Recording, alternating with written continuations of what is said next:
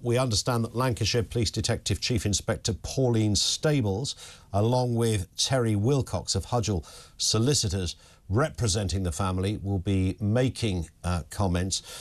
This, of course, is after we heard the coroner's results this afternoon that Nicola drowned after falling into cold water. The coroner, Dr. James Adeley, the senior coroner in Lancashire, said her death was a tragic accident despite the rumour and suspicion surrounding her disappearance. The full statement said, "My view is that Nikki arrived at the bench having taken 273 steps." They know this because of her Fitbit.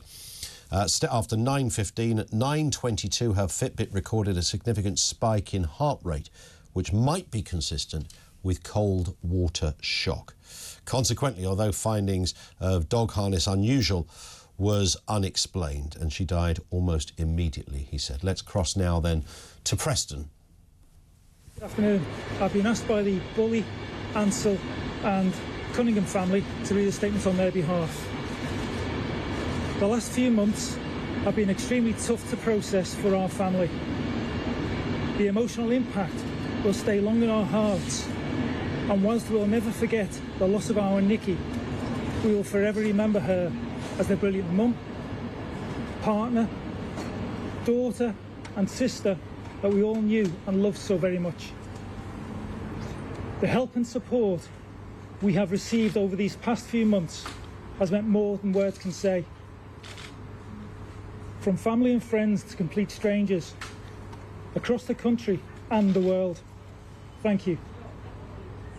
Nikki and Paul's girls have already taken great comfort in a deeply thoughtful gift sent to them in goodwill, and in time they will read the many cards which are filled with such kindness and love. Sadly, we feel the need to again raise and address the issue of social media. It's upsetting that we've continued to receive negative targeted messages and still widely inaccurate speculation being shared on numerous platforms.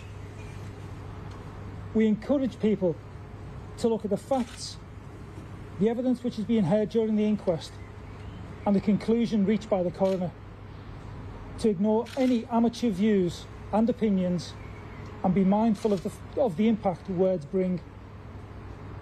We want to formally say thank you for the support and compassion showed by Lancashire Constabulary, His Majesty's Coroner, Dr. Adeley, his team, Sophie Cartwright KC of Dean's Court Chambers and Terry Wilcox of Hudgel Solicitors. We now need to be allowed time to comprehend all of the events leading up to this day. We ask that you all respect our privacy and this time to let us rebuild and take time to heal. Thank you.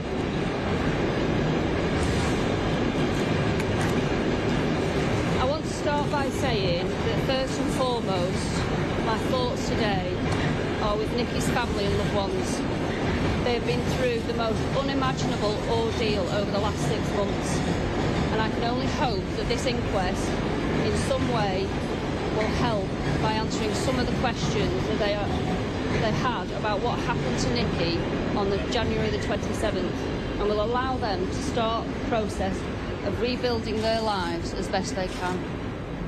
I would like to thank Dr. Adeley for his careful consideration of the evidence presented at this inquest, as well as legal counsel and all of the witnesses for their participation. I hope that His Majesty's Coroner's clear and definitive findings will put an end to ill-informed speculation and conspiracy theories which have been so damaging to Nikki's family and the community of St Michael's. I would like to finish by bringing this back to Nikki. She was clearly a much-loved mum, partner, daughter, sister and friend, and I would once again like to express my deepest sympathy to all her loved ones. And I would ask that their privacy is respected at this time to allow them the time and space to rebuild and to heal. Thank you.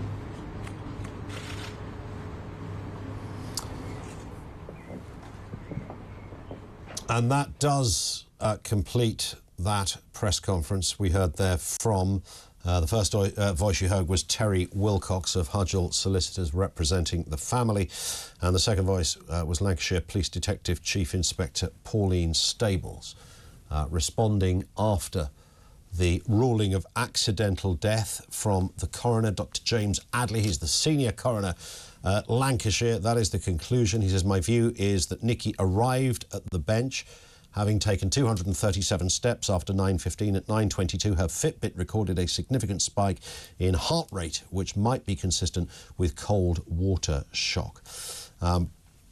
The finding of a dog's harness, which was one of the issues around this, was unusual but unexplained. He says she died almost immediately. No indication that she had taken her life. I discount a conclusion of suicide as there is no evidence to support this conclusion. And it was interesting that the family statement, read by the solicitor but on behalf of the family, specifically picked up on the point that we raised just before the news at 3 o'clock, and that was the armchair. I was about to say armchair detective makes it sound rather sort of Agatha Christie-esque and sweet, and this was anything but. This was not diligence. This was not people being helpful. These were innuendo merchants. These were people with imaginary friends. These were people making stuff up. These were people who were attempting to create a narrative that simply didn't exist. They got something into their head and they couldn't get their head out of whatever sand they plunged it into, and decided to create their own alternative views and ideas of what had happened to Nicola. And what was interesting in the solicitor's statement there, and I think I've got this about right, he said it continues to this day, that if you will still find people, and you just know that on the back of this, there will be people who know nothing really about the case. They know nothing about the fuller details.